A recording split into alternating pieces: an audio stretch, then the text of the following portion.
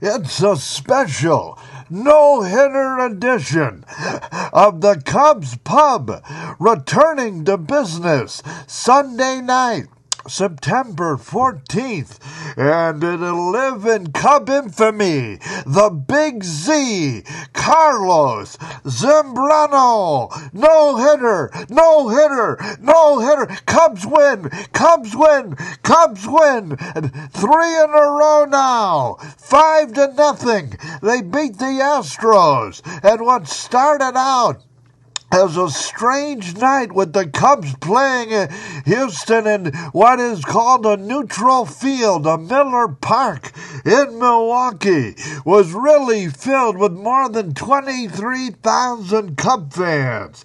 And, of course, the game moved there because of the Hurricane Ike. What a return to baseball. Holy cow, history. Zambrano, a no-hitter. The young man, he hadn't pitched since September the 2nd, 12 days. He had the sore shoulder, but it didn't look too sore on Sunday night. 10 strikeouts, no hits allowed.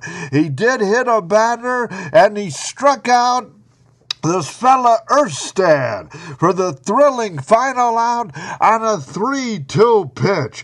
Holy cow, what a day for the Cub. Milwaukee, who normally, well, just imagine how they feel as the pursuers come into their home with all their fans and make history. And the Brewers themselves, they lost 2 games in Philadelphia. And, boy, they've lost now 7 of their last 8.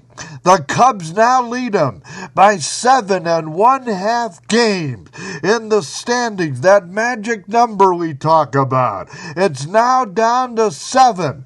Holy cow. I can smell a division flag. What a night. And what a way to start. You know, the Cubs were the visiting team, and they're wearing those silly blue uniforms that I know that Carlos likes, and Alonso Soriano led off the game with a home run. Maybe that was a sign. They scored 4 more times in the 3rd inning, and boy, they had more than enough for the big young man, the Venezuelan, number 38 on the back of his silly blue uniform. You know, it's the 9 no-hitters now by Cub pitchers since 1900, you know, my time. And the last one was all the way back in 1972. Milt Pappas. And joining us, Lou Boudreau, the good kid. You probably called that game, huh? Yes, Harry, as a matter of fact, I did, with Vince Lloyd. Well, look, I don't know about you, good kid. Yes, I think I will on a special occasion, Harry. Well, here you go then. Harry, you're not only a gentleman, but a scholar. Well, what about this Big Z? Carlos Santana. Boy, he had it. You know, maybe he was fresher, Lou, from being off a while. Yes, I think he benefited, Harry. He was throwing hard, much harder, of course, than in his last few starts before he was disabled for a while. And I think that the young man is maturing. He's still a young pitcher. He does get very excited out there. But I think he's growing up on the mound. He was very aggressive, and he was throwing that splitter, that split finger pitch, Harry. He threw it to get that last batter. And that is a sign of his confidence that he can throw that in that situation. Well, you probably now, 1972, that's a long time ago. The Milt Pappas, that was the game where we had that asshole, that umpire, Froming, who disallowed a perfect game and a pitch right on the corner, probably so he'd still be saying his name all these years later. Yes, Harry, I would have to agree. Usually in that game's a no-hitter, a historic situation, a pitch as close as Pappas is, as they call it on the black, should be called. But apparently, Froming, as you say, thought no, but this time the gods were on our side, Harry. And no Froming. Well, thanks, good kid. We'll be having some more later. A modern version of the pink poodle.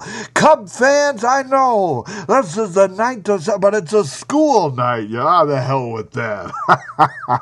Drink one now for the Big Z, who's also, of course, a terrific slugger. And so the Cub, with that magic number down to 7.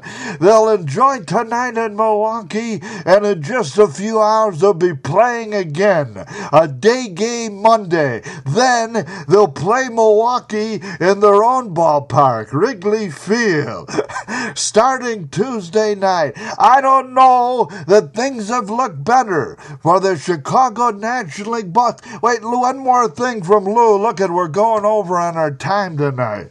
Yeah, you were talking, Harry, about the no-hitter. And I mentioned Vince. You know who else, of course, called that game from the TV booth, WGN, was Jack Brickhouse. And I just wanted to mention him, and, boy, I think he would be very happy, right? Or what are you trying to drive? Yeah, you might be right. We might have to get Brick back. When you have history repeating itself, well, you never know. I'm in a good enough mood. Anything's possible. It's the Cubs Pub. And this, the 1908 World Champions Network. So long, everyone.